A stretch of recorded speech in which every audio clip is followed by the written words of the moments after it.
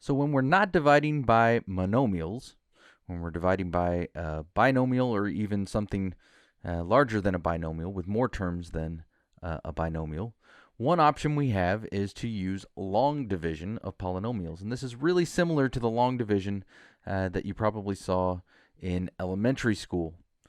The difference is instead of going with numbers, we're going with polynomials. So we write down our long division problem. Y squared plus 10y plus 21 divided by y plus 3.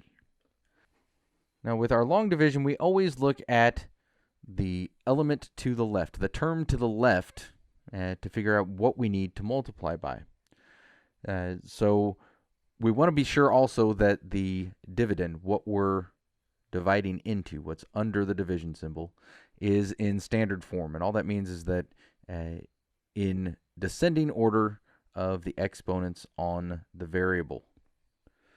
Now after we do that, we ask ourselves, what times y equals y squared? Or what is y squared divided by y? Well, that would just be y. This is what we need to multiply y by in order to get y squared. And then we multiply both terms. And actually, I will write this where the variable lines up with the same degree below it. You can write it wherever you want, however. Y times y as long as it's the furthest element to the left. So y times y is y squared. And then we multiply the other element by y, the other term by y. 3 times y is 3y. And then just like long division with numbers, we subtract. Now what I like to do is I like to put this in parentheses and then change this to a plus and change the sign of both things inside. And that way I can just add the terms as opposed to having to remember to distribute the negative in both instances, to subtract each term. This way I can just change it to an addition, distribute the negative beforehand, and then just add. So y squared plus negative y squared, that's the same thing as y squared minus y squared, that's 0. And then 10y minus 3y, that's going to give us 7y. And then we bring down the 21. And now we look at, again, the terms to the left. What do I need to multiply y by in order to get 7y?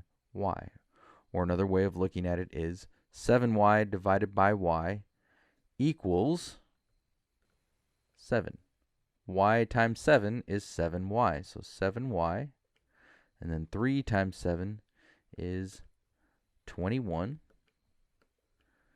We don't need to distribute anything since these are the same. We can just see that this is 0, meaning it has no remainder. Now, if we want to check the solution, we can. It's a little bit lengthy of a process. But if we wanted to, we could multiply y plus 7. So our solution is y plus 7. Now, if we want to check, we can multiply our solution times what we divided by, the divisor, y plus 3, and make sure we get what we originally started with for the dividend, what we're dividing into. So y plus 3 times our solution, y plus 7, that equals y squared plus 7y plus 3y plus 21, which equals y squared plus 10y plus 21. And that is what we started with. So this solution checks, and we can say that the solution to y squared plus 10y plus 21 divided by y plus 3 is y plus 7.